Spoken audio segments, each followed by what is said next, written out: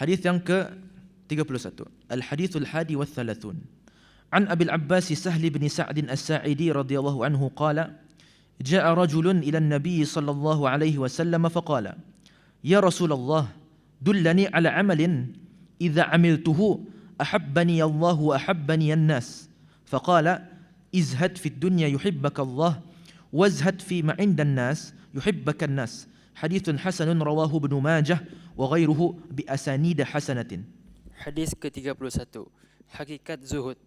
Abul Abbas Sahal bin Sa'ad As-Sa'idi radhiyallahu anhu berkata, seorang laki-laki datang kepada Nabi sallallahu alaihi wasallam dan berkata, wahai Rasulullah, tunjukkan kepadaku suatu amalan yang apabila aku lakukan, aku akan dicintai Allah dan dicintai manusia. Rasulullah sallallahu alaihi wasallam bersabda, zuhudlah terhadap dunia, pasti Allah mencintaimu, dan zuhudlah terhadap apa yang ada di tangan manusia, pasti manusia pun mencintaimu.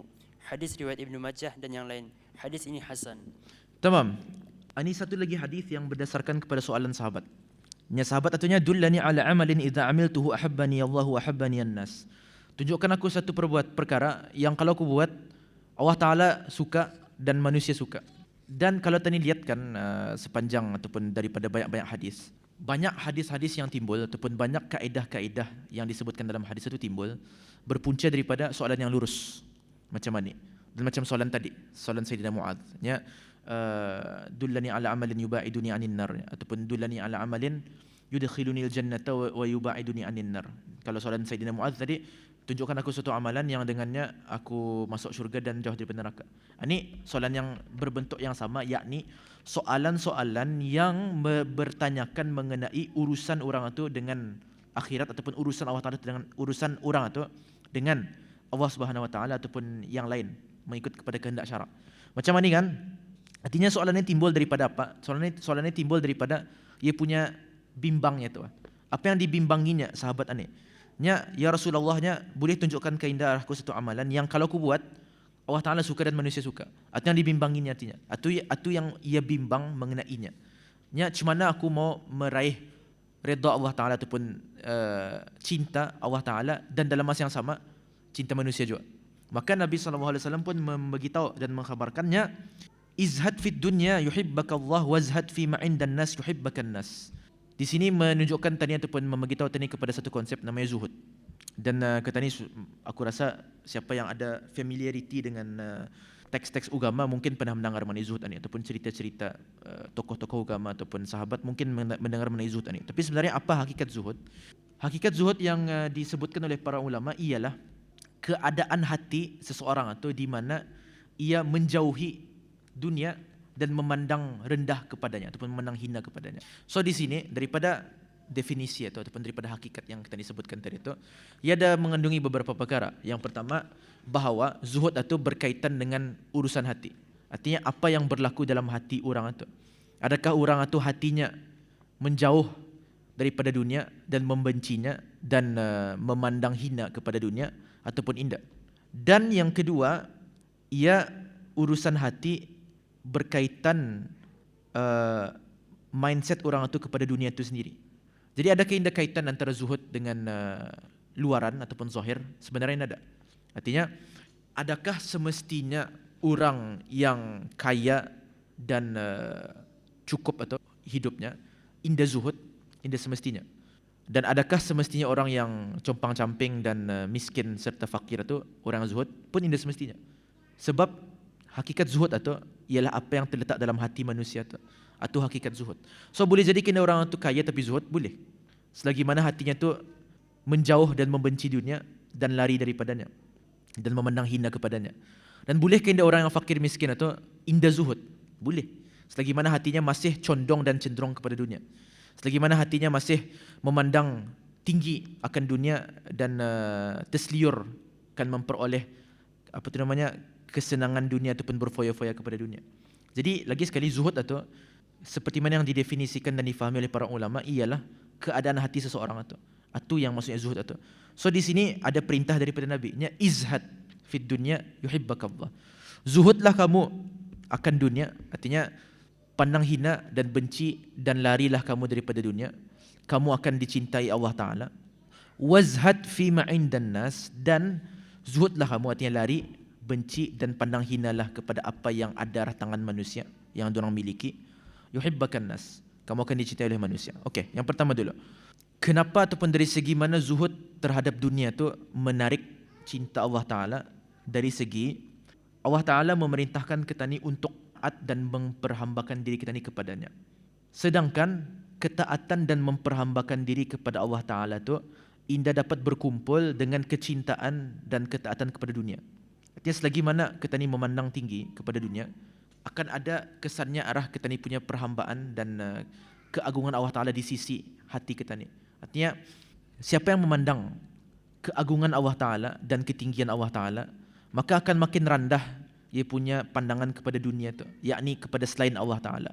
Siapa yang benar-benar sadar bahawa pemilik dan penguasa bagi setiap sesuatu yang wujud atau ialah Allah Taala, akan sadar bahawa nada nilai pun apa-apa pada perkara-perkara selain Allah Taala, hatta pada perkara-perkara yang pada zahirnya ataupun kebanyakan orang pandang sebagai tinggi dan bernilai, iaitu dunia itulah sendiri, harta, wanita, pangkat dan lain-lain.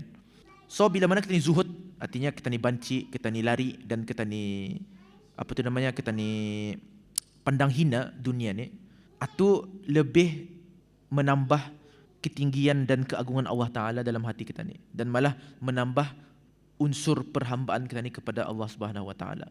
Sebab kita ni memandang dunia pada hakikatnya tu, iaitu sekadar makhluk yang ada nilainya di sisi Allah Taala. Hatta di akhirat dunia tu tidak ada nilainya. Artinya di akhirat nanti apa yang dikira dan diperhitungkan dan dinilai Allah Taala bukan dunia, tapi malah keimanan, ketakwaan, amal soleh dan lain-lain yang ada kaitannya dengan dunia.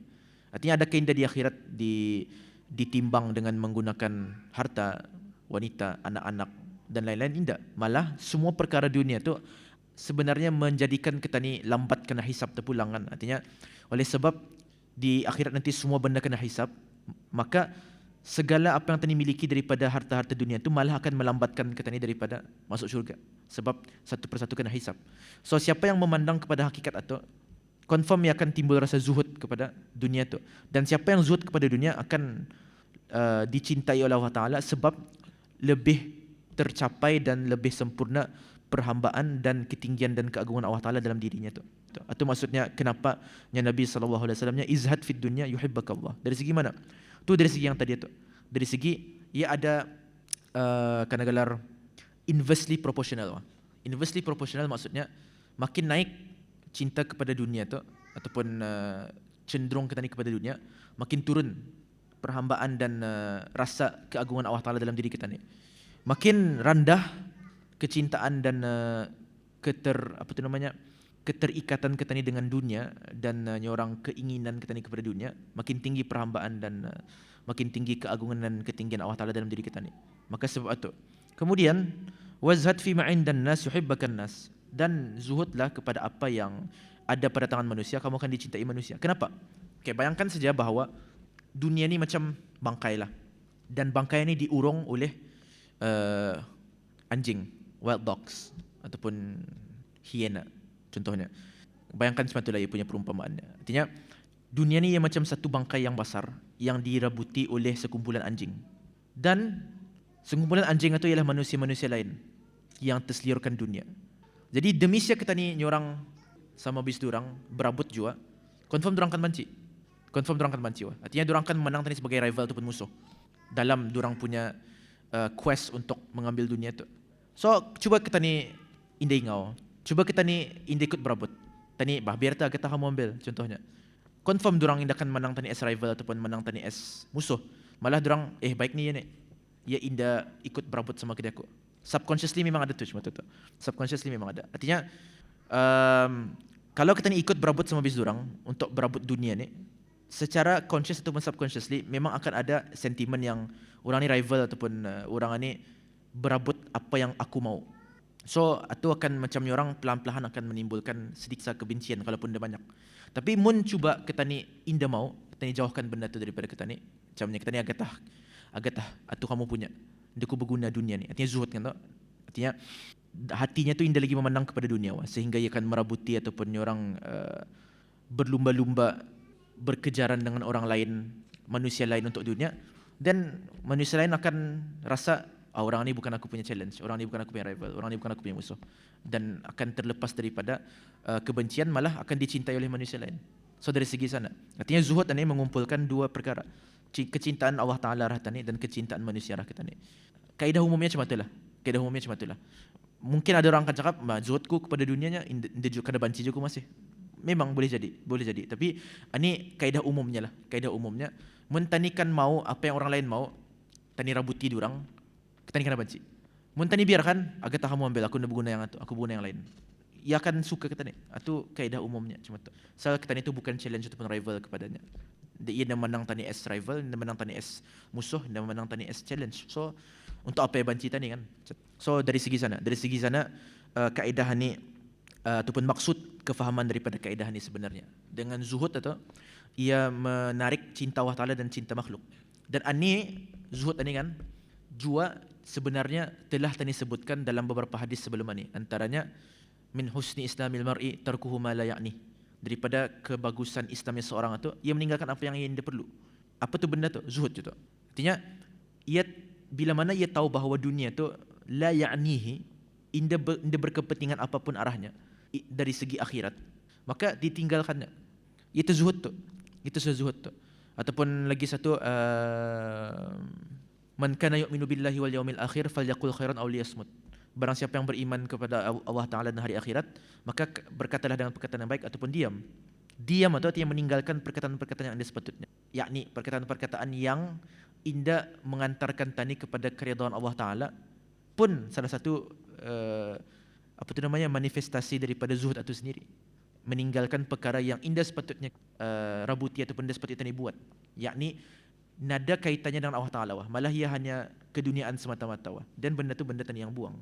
Dan kalau ingat balik salah satu daripada tanda hari kiamat yang disebutkan dalam hadis kedua, yatatawaluna fil bunyan, kan ya Nabi sallallahu alaihi wasallam. Artinya di antara tanda hari kiamatnya bila mana orang-orang yang orang-orang berkaki ayam, orang-orang yang bertelanjang, orang-orang yang pengembala kambing yang patutnya diorang itu miskin, berlumba-lumba dalam meninggi-ninggikan bangunan.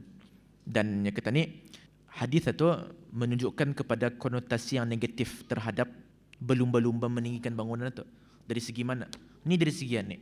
Dari segi diorang berlumba-lumba untuk mencapai satu benda yang nada kepentingannya untuk akhirat, malah keduniaan semata-mata.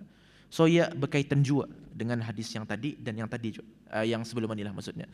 Hadis mengenai tarku ma la ya'ni, hadis mengenai falyaqul khairan aw liyasmut, dan hadis mengenai tanda kiamat yatatawaluna fil bunyan, dan malah hadis-hadis yang lain juga yang tadi disebutkan di sini. Tamam.